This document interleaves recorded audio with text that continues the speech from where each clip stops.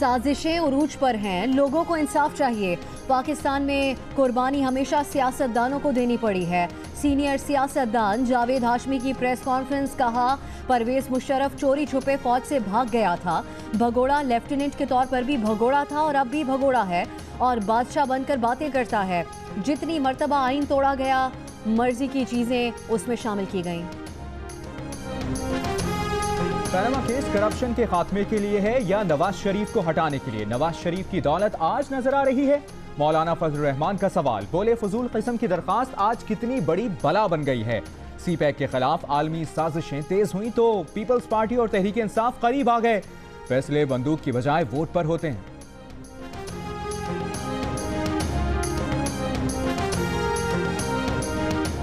तहरीक इंसाफ का एक बार फिर वजीर आजम से इस्तीफे का मुतालबा।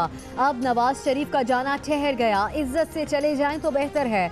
शफकत महमूद और असद उमर की प्रेस कॉन्फ्रेंस। असद उमर ने कहा, इसहाक डार के नामजद अफसरों पर FIR कट रही हैं तो किस तरह ओहदे पर रह सकते हैं। शफकत महमूद बोले, फिलहाल एहतजाज की कॉल नहीं दे रहे, केस सुप्रीम कोर्ट में है। इमरान खान तमाम कोशिशों के बावजूद चोर दरवाजे से इक़्तिदार में नहीं आ सकते। उन्होंने हमेशा सियासत में मसनूई सहारे ढूंढने की कोशिश की। काश इमरान खान जमहूरी अमल पर भरोसा करते। शहबाज शरीफ का इस्तीफे के मुतालबे पर चेयरमैन PTI को जवाब।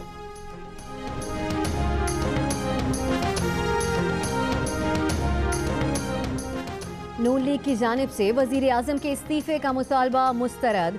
अपोजिशन जमातों का अगला लाहे अमल क्या होगा? सियासी जमातों को मुश्तरका एजेंडे पर आमादा करने के लिए अपोजिशन लीडर खुर्शीद शाह सरगर्म। आज पार्लिमानी जमातों से राब्ते करेंगे। नैब 17 साल तक नवाज शरीफ की प्रॉपर्टीज का केस दबा के बैठी रही। मुल्ज़िमान को तहकीकात में शामिल न करने से मुकदमात कमजोर हुए। इसी वजह से लाहौर हाई कोर्ट में केस खत्म हुए। चेयरमैन नैब ने कहा, शरीफ फैमिली के खिलाफ रेफरेंसेस पर अपील प्रोसिक्यूटर जनरल के कहने पर नहीं की। मुश्तरका तहकीकाती टीम का चेयरमैन नैब के बयान पर तज्जिया।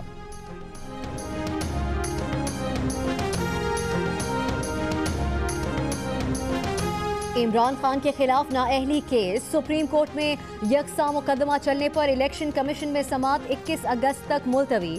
चीफ इलेक्शन कमिश्नर ने कहा, यह देखना होगा कि सुप्रीम कोर्ट में केस पर क्या कार्रवाई चलती है, उसका असर यहां भी होगा।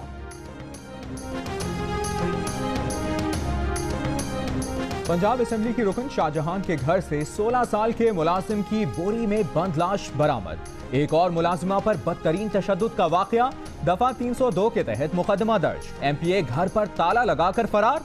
बेटी ने मकामी अदालत से अबूरी जमानत करा ली। वालिदैन बेटे की लाश और तशद्दुद का शिकार बेटी को लेकर ओकाड़ा रवाना। PS 114 के ज़िमनी इंतखाब में आखिरी वक्त में नताइज तब्दील किए गए। MQM ने कराची से सिंध असेंबली के हल्के PS 114 के ज़िमनी इंतखाब के नताइज इलेक्शन कमीशन में चैलेंज कर दिए। दरख्वास्त में नादरा से अंगूठों के निशानात की तस्दीक और वोटों की दोबारा गिनती का मुतालबा। रावलपिंडी, गुजरांवाला, DG खान डिवीजन, इस्लामाबाद, खैबर पख्तूनख्वा और कश्मीर के बरसाती नदी नालों में तुग़यानी। नशेबी इलाके ज़ेरे आब आने का खदशा। बुध और जुमेरात को बालाई और जनूबी पंजाब, जबकि जुमे से इतवार के दौरान सिंध में भी गरज चमक के साथ बारिश का इम्कान।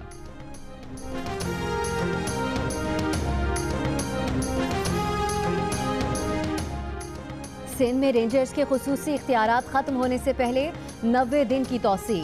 वजीर आला सिंध ने समरी पर दस्तखत कर दिए।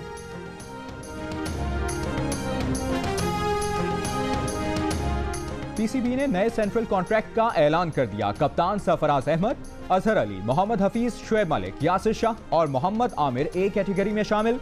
बाबर आजम, इमाद वसीम, असद शफीक, हसन अली और दीगर B कैटेगरी में शामिल। अहमद शहजाद D कैटेगरी से C में शामिल। उमर अकमल सेंट्रल कॉन्ट्रैक्ट की फहरिस्त में शामिल नहीं। खिलाड़ियों के मुआवजों में 10% इजाफा।